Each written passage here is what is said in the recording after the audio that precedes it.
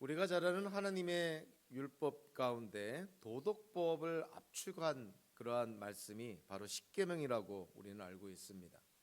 십계명은 일종의 하나님의 계명들로 이렇게 구성이 되어 있는데, 자칫 우리가 잘못 생각하면 하나님의 계명인 십계명들을 지켜야 우리가 하나님의 사람이 될 수 있고 또 하나님의 자녀가 될 수 있다라는 그러한 잘못된 생각을 가질 수가 있습니다. 그러나 출애굽기 20장이나 또 신명기 5장에서 십계명이 주어진 이 본문을 가만히 들여다보면 10개의 계명이 주어지기 전에 사실은 제일 먼저 언급하는 것이 하나의 역사적인 사실을 언급을 합니다. 다르게 말하면 십계명이 기초를 두고 있고 근거를 두고 있는 하나의 역사적인 사실을 강조하는 것이죠. 그래서 출애굽기 20장 2절에 이 말씀부터 시작을 합니다. 나는 너희를 이집트 땅 종살이 하던 집에서 이끌어낸 주 너희의 하나님이다. 이스라엘 백성을 향하여서 내가 너희를 이집트에서 해방시켜준, 내가 너희의 구원의 하나님이요 구속주가 되신다라는 말씀부터 시작을 합니다. 이것은 앞으로 그렇게 될 거라는 것이 아니라 과거에 일어난 사실을 언급하면서 이 사실에 기초해서 십계명을 이스라엘 백성들한테 주는 것이죠. 내가 너희의 하나님이니 너희는 나의 계명을 지켜 행해야 된다는 것입니다. 계명을 지키라는 명령법이 주어지기 전에 하나님께서 우리에게 향하신 역사적인 사실, 어떤 역사적인 진리에 먼저 근거를 두고 있는 것이죠. 예수님께서 600여 계명 가운데서 가장 큰 중요한 두 개의 계명을 말씀하십니다. 하나님을 사랑하고 이웃을 사랑해라. 근데 사도 요한은 요한일서 4장 9절부터 11절까지를 통해서 하나님이 예수님을 이 땅에 보내주심으로 말미암아, 즉 우리의 죄를 위한 화목제물이 되게 하심으로 말미암아 우리를 향한 하나님의 사랑을 확증하셨다라고 말씀을 합니다. 즉 우리를 향한 하나님의 사랑이 먼저라는 것이죠.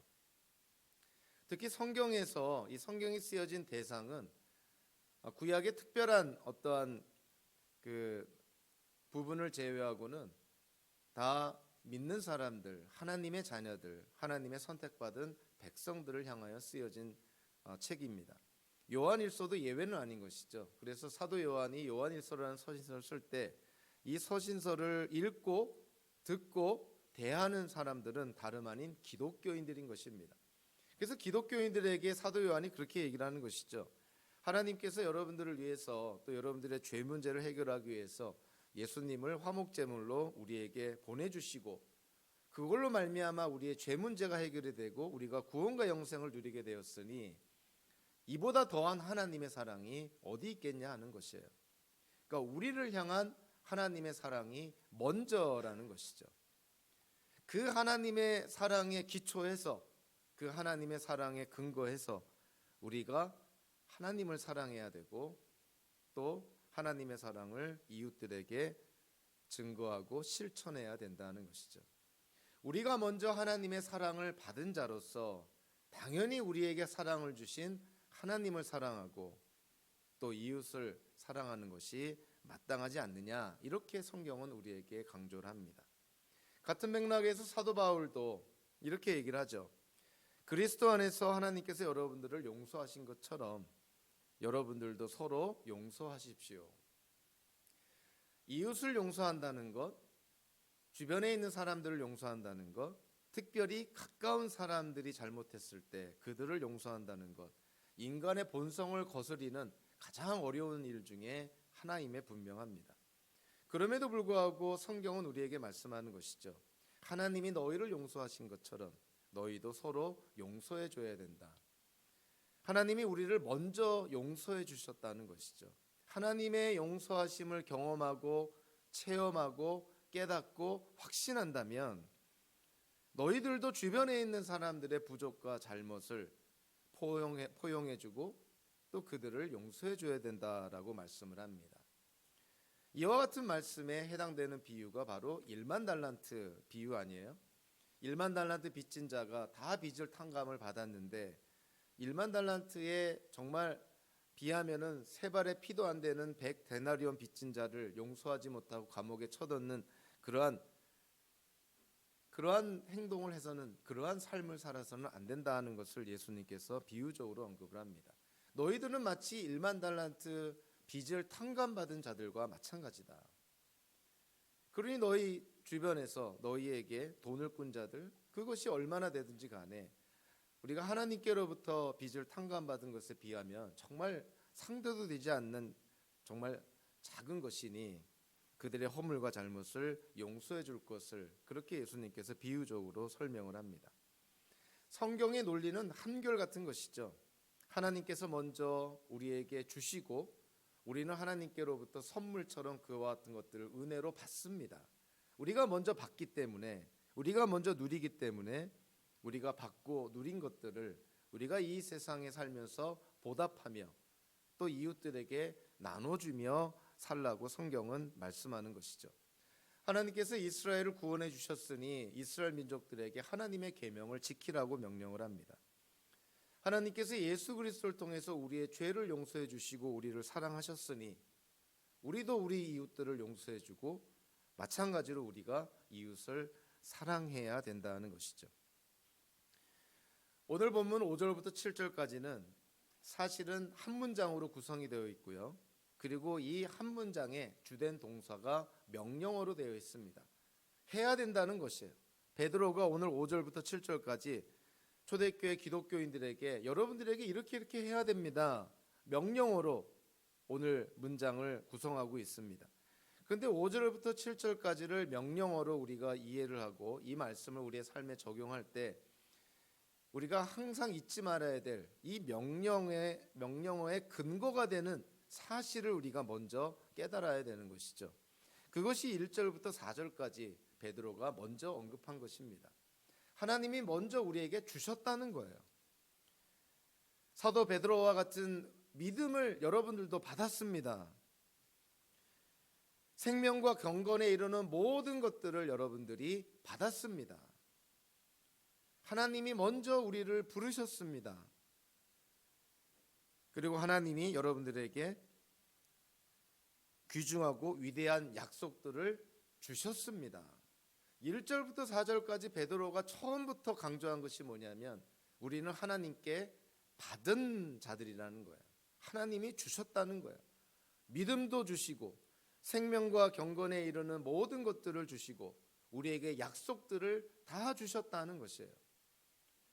이와 같은 것들을 하나님이 주신 목적을 이 4절 후반부에서 뭐라고 말씀하고 있냐면 우리로 하여금 하나님의 성품에 참여하는 사람이 되게 하려고, 하나님의 성품을 갖게 하려고, 신적 성품을 갖게 하려고 하나님께서 이 모든 것을 주셨다는 것이에요. 이거는 사실인 것입니다. 이렇게 될 거라고 얘기하는 것이 아니라 우리의 하기에 따라서 이와 같은 것들이 주어질 수 있다는 가능성을 얘기한 것이 아니라 하나님께서 이미 주셨다는 것이죠. 믿음도 주시고 약속도 주시고 우리로 하여금 생명과 경건에 이르는 삶을 살게 필요한 모든 것들을 하나님이 다 주셨다는 거예요. 그래서 우리로 하여금 하나님의 성품에 참여하는 사람이 되게 하셨다는 것입니다. 예수 그리스도를 믿는 자들은 이미 하나님의 성품에 참여하는 자들이 되었다는 거예요. 이 사실의 기초에서 사도 베드로가 오늘 5절부터 7절까지 명령을 합니다. 하나님의 성품에 대한 8가지의 덕목을 언급을 하면서 여러분들이 이 8가지의 덕목을 잘 기억하고 이 8가지의 덕목을 잘 성장을 시켜서 여러분들이 하나님의 성품 안에서 자라나야 됩니다. 기독교인들이 성장하고 자라난다는 것은 어떤 외형적이고 세상적인 기준이 아니라 하나님의 성품에서 성장하고 자라나야 된다는 것이죠. 그것이 성숙한 기독교인의 모습이고 그리고 하나님의 형상을, 예수님의 형상을 닮아가는 성도의 모습이라는 것이죠. 그래서 우리가 이 땅을 살면서 추구해야 될 것이 무엇일까요? 성도가 추구해야 될 것이 무엇입니까? 교회가 추구해야 될 것이 무엇입니까? 교회의 모든 사역이 궁극적으로 초점을 맞춰야 될 것이 무엇입니까? 그것은 성도가 하나님의 성품에서 자라나고 성장하는 것입니다. 오늘 본문 5절이 그러므로라고 시작을 하는데, 이 그러므로라는 번역은 아주 단순하게 번역을 한 것이고요. 좀 더 헬라어 성경의 기초에서 번역하면 왜냐하면 이러한 이유 때문에 이렇게 번역이 되는 것이죠. 1절부터 4절까지 하나님께서 우리에게 행하신 이러한 사실로 말미암아 여러분들이 5절부터 7절까지 명령하는 것들을 지켜 행해야 됩니다라고 지금 말씀하고 있는 것이죠. 그래서 1절부터 4절까지 사실에 근거한 내용을 우리가 반드시 기억을 해야 됩니다.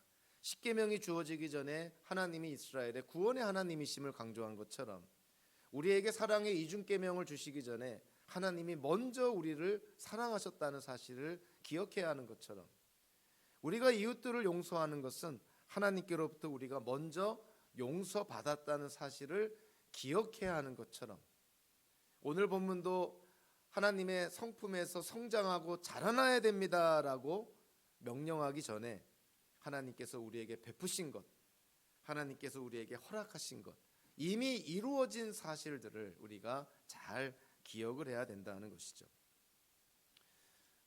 우리 한글 성경에서는 5절과 7절을 가만히 들여다보면 그러므로 여러분은 열성을 다하여, 그리고 7절 맨 마지막에 더하도록 하십시오, 이렇게 나누어서 번역을 했지만 헬라어 성경을 보면 사실은 5절 전반부에 중요한 부분들이 다 들어가 있습니다. 왜냐하면 이러한 이유 때문에 여러분들은 모든 열성을 다하여 최선을 다하여서 더하도록 해야 됩니다. 즉 공급해야 됩니다. 이 말씀부터 시작을 합니다.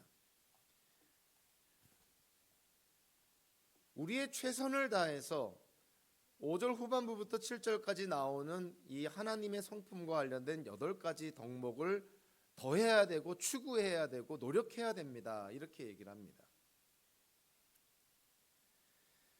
하나님의 성품이라는 것은 한마디로 말하면 하나님의 인격적이고 성품적인 특징이다, 이렇게 우리가 이해가 될 수가 있겠죠. 그리고 믿는 자들에게 하나님의 성품을 허락하셨다는 것은 죄와 죽음 아래 갇혀있던 세상과 함께 하나님의 징계 가운데, 저주 가운데 있는 세상과 함께 변질된 인간의 본성과는 차원이 다른 하나님의 본성을 우리가 부여받았다는 거예요. 그러니까 하나님께서 예수 그리스도를 믿는 자들에게는 이제는 죄된 그런 본성이 아니라 하나님의 본성, 하나님의 성품을 허락해 주셨다는 것이죠. 구약에서도 그렇고 신약에서도 그렇고 레위기에서나 또는 베드로 전서에서 하나님이 거룩하니 너희도 거룩하라, 이렇게 말씀을 합니다. 하나님께서 거룩한 성품을 갖고 계시니 하나님의 백성들인 이스라엘 백성들에게, 또 예수 그리스도를 믿는 기독교인들에게 하나님처럼 거룩해져야 된다는 것을 강조를 합니다. 오늘 본문과 연결해서 이해해 보면 우리가 하나님을 닮아서 거룩한 삶을 추구하기 전에 하나님께서 우리를 거룩한 자로 삼아 주셨다는 것이죠. 성도의 의미는 구별된 자라는 뜻인데 이 세상의 많은 사람들로부터 우리 기독교인들을 하나님이 부르시고 구별하셔서 하나님의 자녀 삼아 주십니다. 그러니까 우리는 먼저 하나님에 의해서 거룩한 자가 되었다는 거예요. 그러니 하나님이 거룩하시니 거룩한 자로 부름받은 기독교인들이 거룩한 삶을 살아가야 되고 추구해야 되는 것 당연한 것 아니냐, 이렇게 말씀하고 있는 것이죠. 이 세상을 살아가는 데 있어서 우리에게는 이 세상을 살아가는 데 필요한 본성을 갖고 이 세상을 살아갑니다. 같은 맥락으로요, 이 땅에 온전하게 임할 하나님 나라 안에서 우리 베드로후서에서나 요한계시록 또는 이사야서에서 강조하는 것처럼 새하늘과 새 땅에서 우리가 하나님과 함께 영생을 누리기 위해서 우리에게 필요한 본성은 과연 어떠한 본성일까요? 이 세상을 살아가는데 우리가 갖고 있는 이 본성이 아니라 하나님 나라 안에서 하나님과 함께 영생을 누릴 본성을 우리가 가져야 되는데 그것이 바로 하나님의 성품이고 하나님의 본성이라는 것이죠. 그래서 예수를 믿는 자들에게는 하나님께서 새로운 본성을 주셨다. 새로운 성품을 주셨다는 거예요. 그것이 하나님의 성품이라는 것이죠. 그렇기 때문에 우리는 하나님의 성품을 받은 자로서 베드로후서에서는 하나님의 성품에 참여하는 자가 되었으니 우리가 이 땅을 살면서 그 하나님의 성품을 성장하고 자라나게 하는 것이 당연한 삶이 아니냐, 이렇게 베드로가 말씀하고 있습니다. 그래서 하나님의 성품과 관련해서 결론적으로 베드로가 강조하는 것이죠. 여러분들은 하나님의 성품에 참여하는 사람이 되었으니 이제 이 땅을 살아가면서 하나님의 성품에서 자라나고 성장하는 삶을 살아야 됩니다. 예수를 믿기 전에 갖고 있었던 죄악된 악한 그런 본성을 벗어버리고 하나님께서 허락하신 하나님의 성품, 하나님의 본성을 자라고 성장하며 살아가야 됩니다.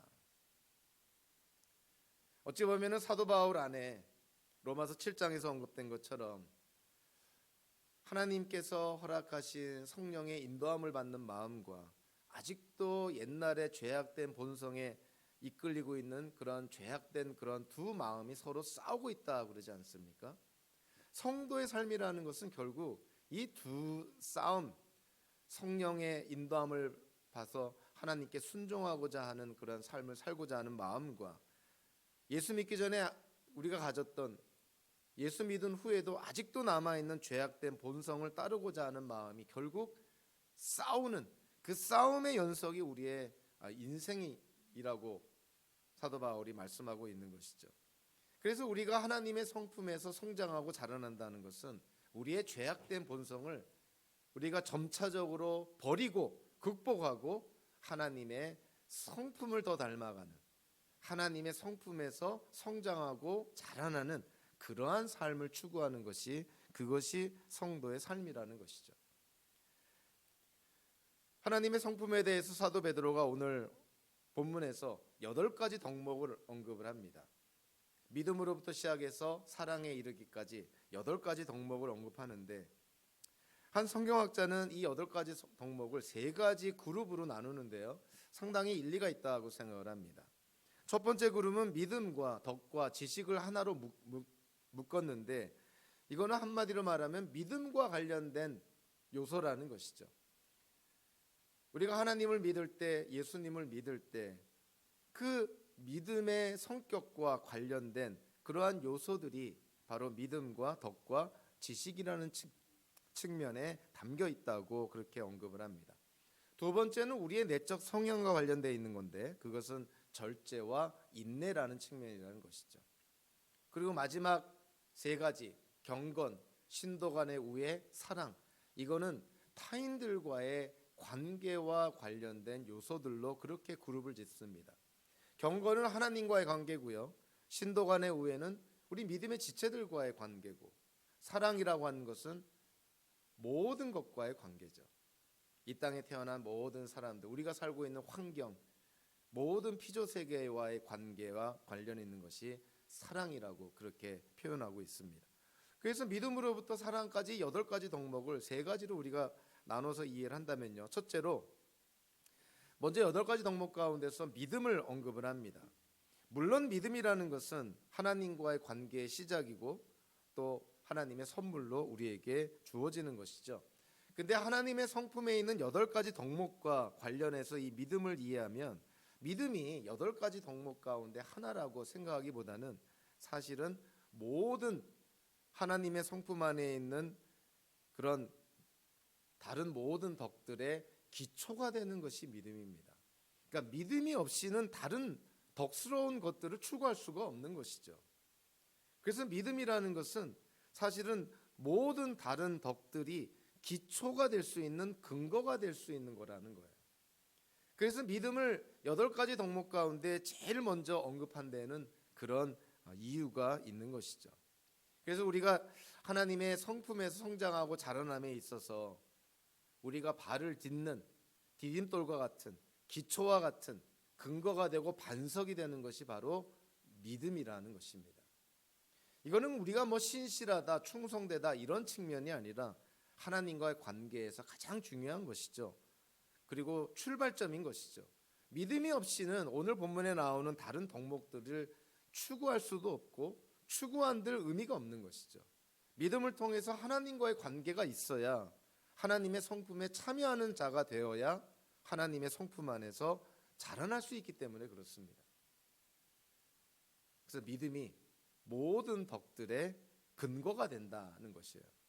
두 번째로 사도 베드로가 언급한 것이 덕이라는 것을 언급을 합니다.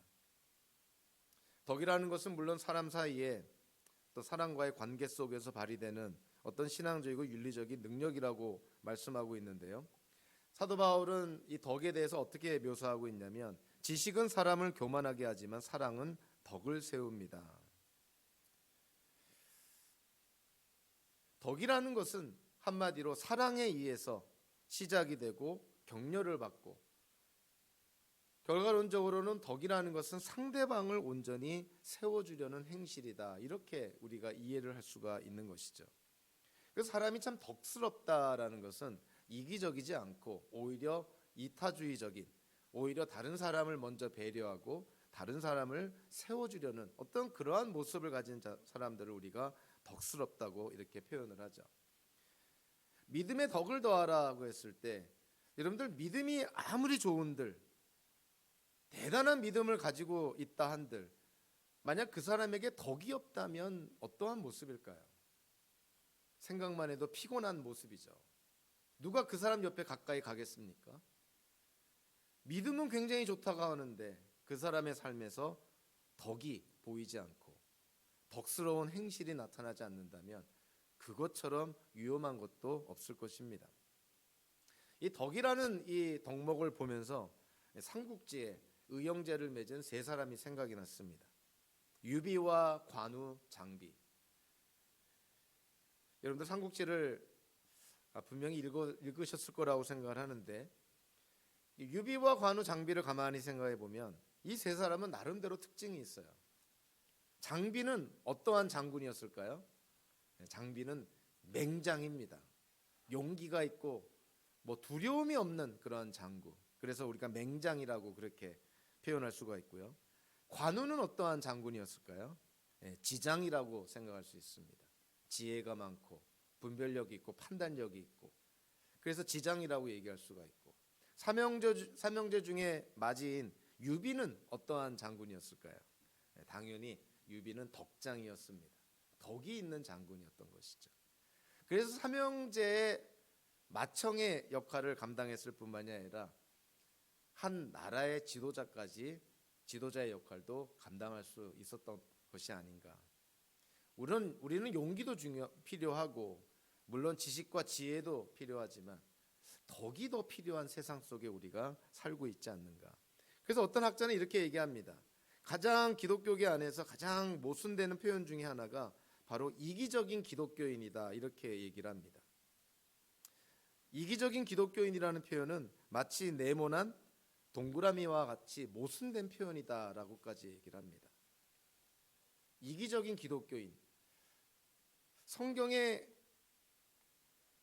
기독교인에 대한 설명, 또 기독교인에 대한 정의, 또 기독교인에 대한 어떤 기대, 기독교인에 대한 역할 이런 거를 생각한다면 이기적이다라는 것과 기독교인과 매칭이 안 된다는 것이죠. 그리고 매칭이 돼서는 안 된다는 거예요. 이건 서로 간에 모순이 된다는 거예요. 이기적이다. 그리고 기독교인이다. 그래서 이기적인 기독교인이라는 것은 이거는 사실은 있어서는 안 되는 표현이라는 것이죠. 그러면서도 그 성경학자는 그렇게 얘기를 합니다. 그럼에도 불구하고 현대 사회에서 우리는 많은 이기적인 기독교인들을 보게 된다. 이게 모순이라는 것이죠. 뭔가 잘못되어 가고 있다는 것이에요. 믿음이 있다고 한다면 덕스러운 다른 사람들을 더 세워주는 덕스러운 행실, 덕이 있는 삶을 살아야 되는데 그렇지 않고 오히려 자기 것을 추구하고 자기의 욕심을 채우고 이기적이고 자기만을 생각하는 그런 자기중심적인 그러한 기독교인들이 보이는 것은 이거는 뭔가 잘못되어 가고 있다는 것을 강조를 하는 것이죠. 그래서 우리도 조심해야 되고 노력해야 될 부분이 그런 것이죠. 믿음이 있지만 지식도 있고, 근데 만약에 덕이 없다면 어떻게 될까? 과연 덕이 없다면 사람들이 모여들까? 과연 덕이 없다면 영향력을 끼칠 수가 있을까? 과연 덕이 없다면 그런 사람으로부터 듣는 복음이 과연 얼마만큼이나 능력 있게 전해질까? 우리는 믿음이 모든 덕들의 기본이지만 믿음은 또한 반드시 덕을 향하여서 나아가야 되는 것이고, 믿음은 덕을 발생해야 됩니다. 그래서 우리가 믿음이 있다고 한다면, 우리의 믿음이 성숙하고 성장한다는 것은 다르게 말하면 우리의 삶 속에서 덕이 더 많이 보여지고 더 많이 실행이 되고 실천되어진다, 이렇게 우리가 이해가 되는 것이죠.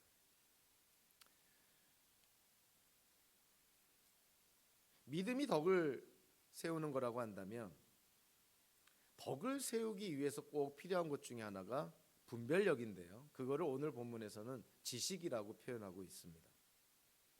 지식이라는 이 표현은 그 당시 헬라 문화권에서도 상당히 중요한 덕목으로 인정을 받았던 그러한 내용인 것이죠. 베드로후서에서도 지식 또는 안다는 것을 굉장히 강조합니다. 하나님과 주 예수 그리스도를 아는 지식, 그리고 우리를 부르신 하나님을 아는 지식, 굉장히 중요하다는 것이죠. 하나님의 성품으로 성장하고 자라나기 위해서는 우리를 부르신 하나님 예수 그리스도를 아는 지식이 있어야 된다까지 얘기를 합니다.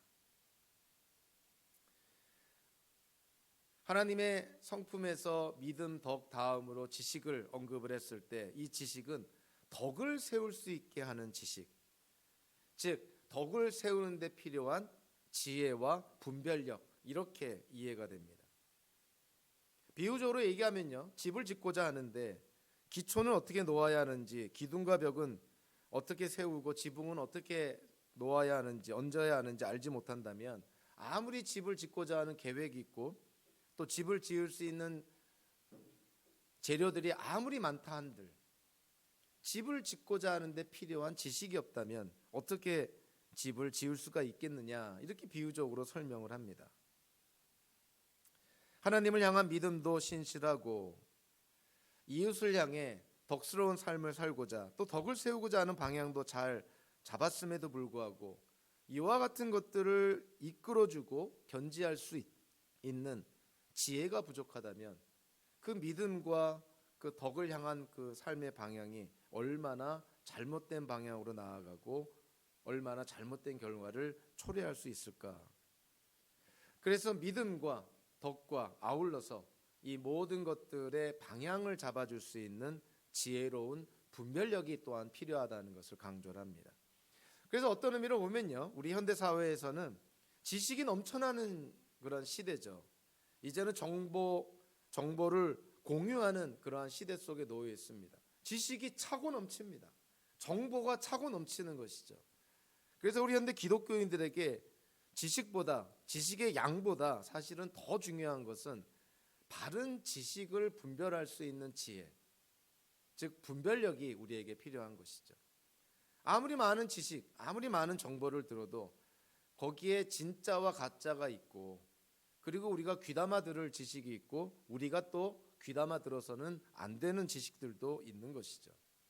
그래서 우리 현대 기독교인들에게 정말 양보다 중요한 것은 질이고요, 그리고 특별히 분별력이 필요하다. 하나님의 성품에서 우리가 성장하고 자라나는 데 있어서도 이 지혜와 분별력이 필요하다는 것을 우리가 꼭 기억할 필요가 있습니다.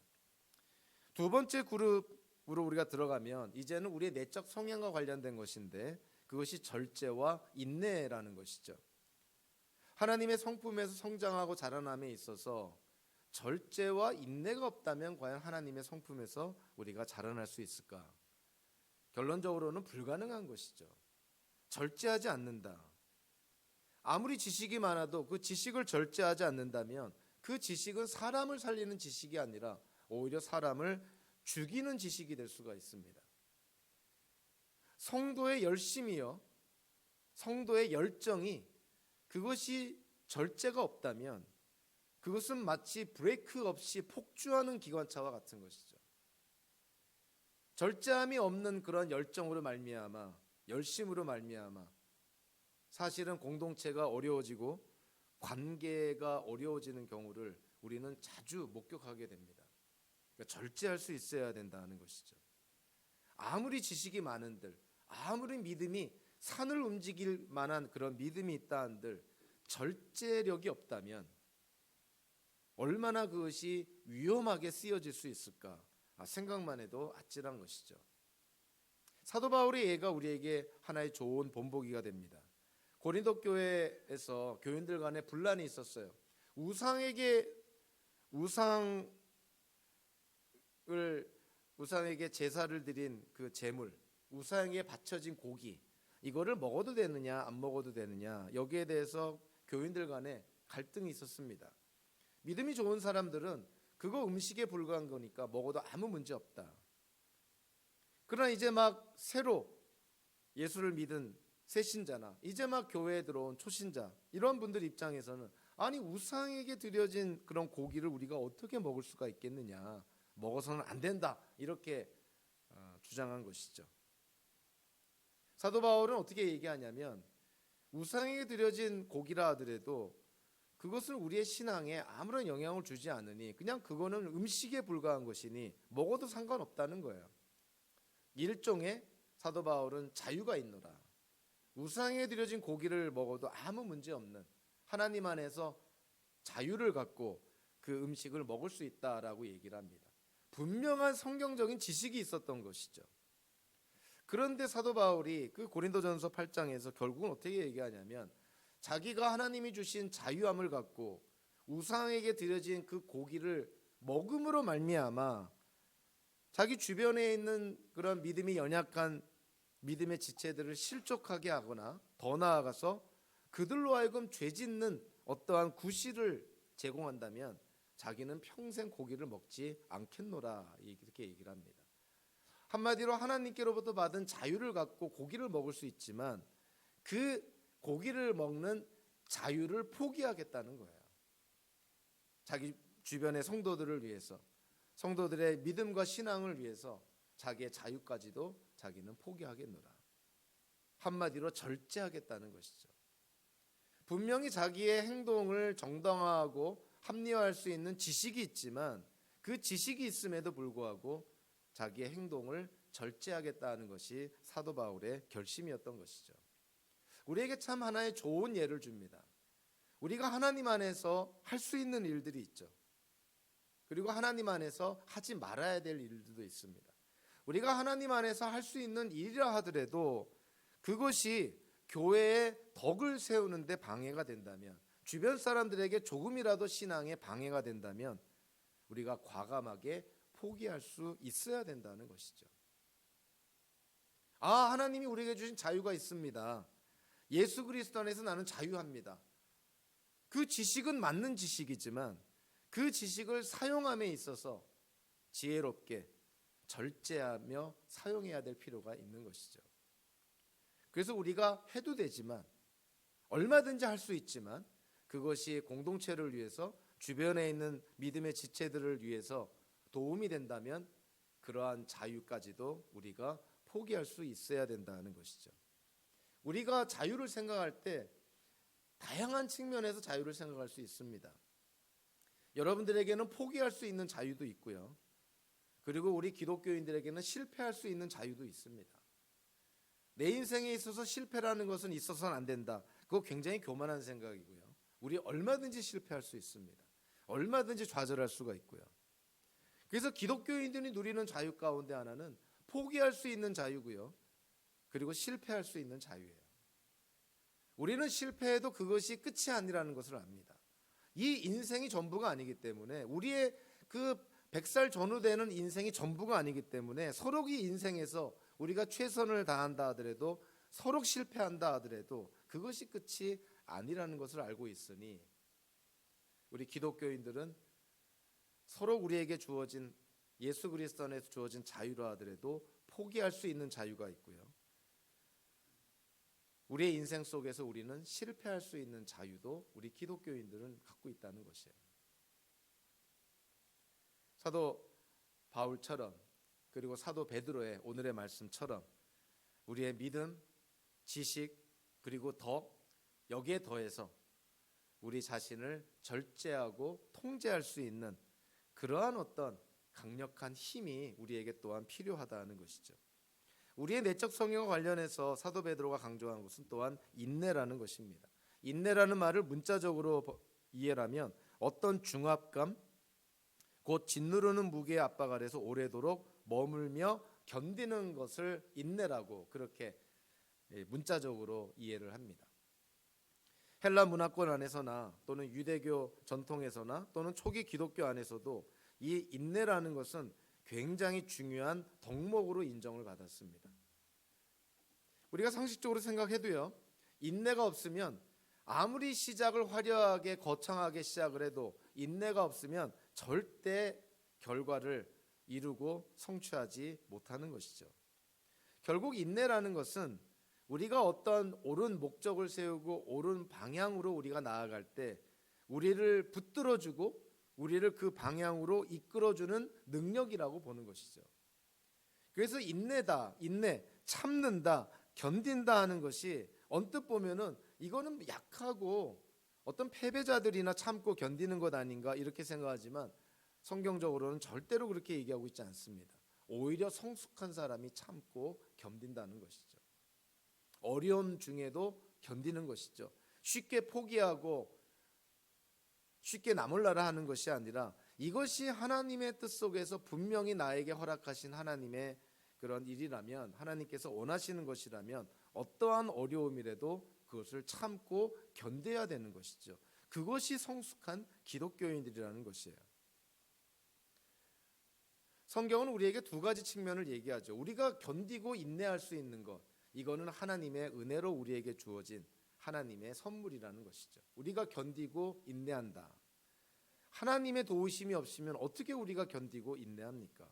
그래서 견디고 인내한다라는 것은 하나님의 선물이라고 언급을 합니다. 아울러서요, 견디고 인내하는 데 인간의 책임도 있는 것이에요. 그래서 우리가 보통 말하는 성도의 견인, 성도가 견디고 인내하는 것, 이거는 하나님의 선물이기도 하지만 우리의 책임이기도 하다는 것이죠. 이 두 가지의 요소가 이 성도의 견인, 인내라는 측면에서 다 작용을 합니다. 우리가 견디고 인내할 수 있는 것은 하나님이 우리를 붙들어 주시니까 우리가 견디고 인내하는 거구나. 아울러서 우리가 견디고 인내하는 데 있어서는 어느 누구도 다른 사람이 우리의 책임을 대신해 주지 않는다는 거예요. 내가 견디고 참아야 된다는 것이죠. 끝까지 버텨야 된다는 것이죠. 하나님이 붙들고 계시지만 아울러서 우리가 또한 견디고 인내하고 버텨야 된다는 것을 성경은 말합니다. 그래서 이 두 가지의 요소가 신비하게 연합이 되어 있지만 결코 모순되거나 결코 분리되지 않아요. 우리가 견디고 인내하고 끝까지 참는 것, 이거는 하나님의 선물이기도 하지만 우리의 책임이기도 하다는 것입니다. 하나님의 성품의 8가지 덕목들 가운데서 마지막 3가지, 경건, 신도 간의 우애, 그리고 사랑, 이거는 다 타인들과의 관계와 관련이 있습니다. 경건은 당연히 하나님과의 관계인 것이죠. 경건은 정말 하나님을 닮은 것, 이것을 우리가 쉽게 경건이라고 볼 수가 있습니다. 자, 그래서 적용적인 측면에서요, 신약 성경에서 목회 서신이나 또 오늘 우리 본문이 들어있는 베드로 후서에서는 이 경건이라는 것을 반세속적이라는 측면에서 사용을 합니다. 세속적이다 하는 것은 하나님을 하나님으로 인정하지 않는 것이 세속적인 것이죠. 그러니까 경건이라는 것은 하나님을 하나님으로 인정하는 것이 경건이에요. 그러다 보니까 목회 서신에서 베드로 후서에서 사도 바울과 사도 베드로가 이 경건이라는 단어를 많이 사용을 합니다. 경건이라는 것은 하나님과의 관계 속에서 우리가 하나님을 닮아가는 삶, 하나님처럼 살아가는 삶, 우리의 삶 속에서 하나님의 모습이 보이는 것, 우리가 그것을 경건이라고 얘기할 수가 있는 것이죠. 하나님과의 관계에서 우리가 경건의 삶이 나타난다면 그것은 또한 어떠한 측면에서 증명이 되어야 되냐면, 하나님과의 관계가 수직적인 측면이라면 수평적인 측면에서도 증거로 나타나야 되겠죠. 그것이 바로 신도 간의 우애라고 표현을 합니다. 뭐 형제애라고 표현할 수가 있죠. 이 신도 간의 우애라고 번역된 헬라어가 우리가 잘 아는 필라델피아라는 단어입니다. 필라델피아라는 도시가 있잖아요. 이 필라델피아, 형제 간의 사랑을 가리키는 단어인 것이에요. 신도 간의 우애, 특히 필라델피아라는 이 헬라어는 이 헬라 그 문화권 안에서는 주로 가족들에게 사용이 됐어요.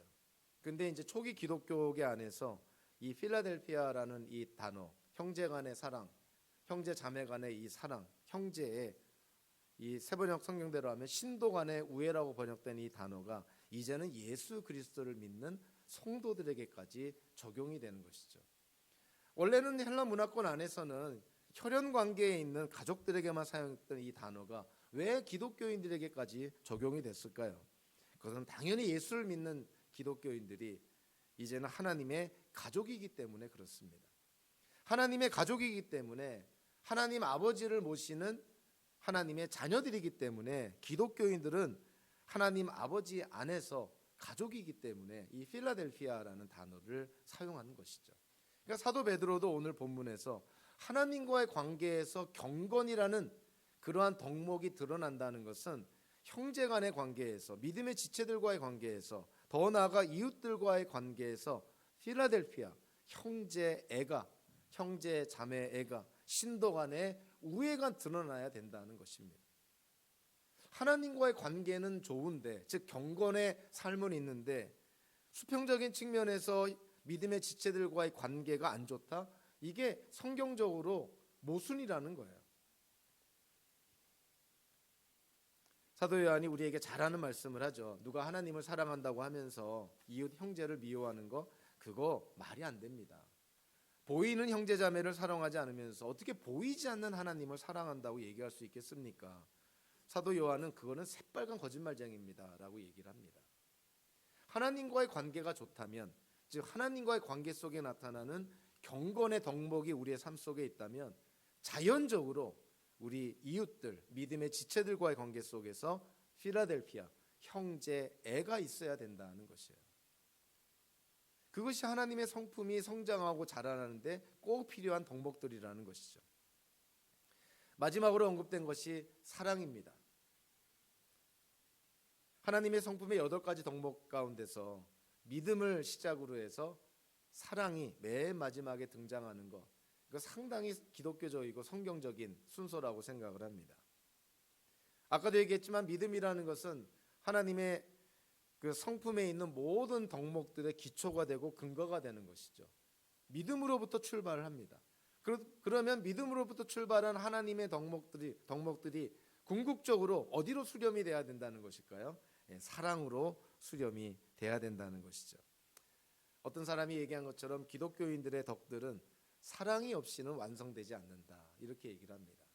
아무리 다른 덕목들이 다 갖춰졌다 하더라도 사랑이 없으면 그거는 무슨 의미가 있겠는가, 이렇게 얘기를 하는 것이죠. 하나님의 성품에서 이 믿음이라는 것은 용기나 인내, 열매, 충성 이런 측면보다도 하나님의 성품, 즉 덕과 지식, 절제와 인내, 경건, 형제의 우애, 그리고 사랑의 성품이 열매 맺도록 하는 모든 근거가 된다. 그리고 하나님의 성품의 목록에서 맨 마지막에 위치한 사랑이라는 것은 믿음으로부터 시작되는 하나님의 성품의 최종적인 열매다, 이렇게 이해가 되는 것이죠. 우리는 이 하나님의 성품과 관련된 8가지 덕목을 보면서 성경을 통해서 우리가 좀 생각해 보게 됩니다. 갈라디아서 5장 22절 23절에 보면 성령의 열매가 나오죠. 근데 그 성령의 열매는 단수형으로 나오고 있고요. 그리고 성령의 열매에 9가지 측면이 언급이 됩니다. 사랑, 기쁨, 화평, 인내, 친절, 선함, 신실, 온유, 절제, 이 9가지 측면이 언급이 되죠. 성령의 열매 안에 있는 이 9가지의 측면은 개념적으로는 구분이 되지만 그렇다고 해서 결코 분리가 되지 않습니다. 성령의 열매의 9가지 측면이기 때문에 그런 것이죠. 그래서 성령의 열매에 있는 이 9가지 측면도 개별적으로 존재한다기보다도 유기적으로 존재합니다. 서로 긴밀하게 연결이 되어 있는 것이죠. 마찬가지로 오늘 본문에서 하나님의 성품의 8가지 덕목이 등장하지 않습니까? 믿음, 덕, 지식, 절제, 인내, 경건, 우애, 사랑. 이 8가지의 덕목들은 분리되지는 않아요. 개념적으로는 구분이 되지만 절대 분리되지 않습니다. 8가지 덕목들도 성령의 열매 9가지 측면처럼 유기적으로 연결이 되어 있어요. 그래서 믿음은 좋은데 전혀 덕스럽지 않은 이러한 모습은 전혀 상식적인 모습이 아니라는 것이죠. 믿음이 있으면 덕스러운 삶도 사는 것이고 지식, 절제, 인내, 경건, 우애, 사랑 이러한 부분들이 다 나타난다는 것이죠. 그래서 하나님의 성품에서 우리가 자라나고 성장해야 된다고 했을 때 특별히 우리가 조심해야 될 것은 한쪽에 편중하면 안 됩니다. 균형을 이루어야 되는 것이죠. 이 8가지의 덕목이 균형 있게 건강하게 함께 잘 자라날 수 있도록 그렇게 우리가 노력해야 될 필요가 있습니다. 사도 베드로는 4절에서 분명하게 언급을 합니다. 하나님의 성품에 참여하는 사람이 되게 하기 위해서 하나님께서 우리에게 믿음도 주시고 생명과 경건에 이르는 모든 것을 주시고 또 위대한 약속들을 주셨다고 말씀을 합니다. 우리는 하나님의 성품에 이미 참여한 사람, 하나님의 본성을 받아 누리고 있는 사람이라는 것이죠. 그렇기 때문에 하나님의 본성이 하나님의 성품이 우리 안에 자리하고 있으니 이제 우리가 하나님의 성품에서 자라나는 삶을 살아야 된다. 하나님의 성품에서 성장해야 된다는 것을 강조합니다. 이 땅에서 살기 위해서는 이 땅에 필요한 본성이 필요하듯이 하나님의 나라에서 살기 위해서는 새로운 성품, 새로운 본성이 필요한 것이죠. 그것이 바로 하나님의 성품인 것입니다. 저와 여러분들이 하나님의 은혜로 부름받아 선택받아 하나님의 자녀가 되어서 하나님의 성품에 참여하는 사람이 된 것은 우리가 이 땅을 살면서 하나님의 성품에 자라나고 성장함으로 말미암아 하나님 나라에 하나님과 함께 영생하기에 합당한 자로 우리가 준비되어 가고 있다는 것을 우리에게 말해주고 있습니다. 저와 여러분들의 삶 속에서 하나님의 성품과 관련된 8가지 덕목 가운데서 우리가 균형 있게 성장하기 위해서 우리가 더 노력해야 될 부분이 무엇이고 우리가 더 보완해야 될 부분이 무엇이고 혹은 우리가 더 실천해야 될 부분이 무엇인가, 정말 우리가 한번 우리 자신을 돌아보게 하는 귀한 말씀입니다. 저와 여러분들의 삶 속에서 이 하나님의 성품의 8가지 덕목이 균형 있게 건강하게 성장하고 자라나기를 주님의 이름으로 축원합니다. 기도하겠습니다.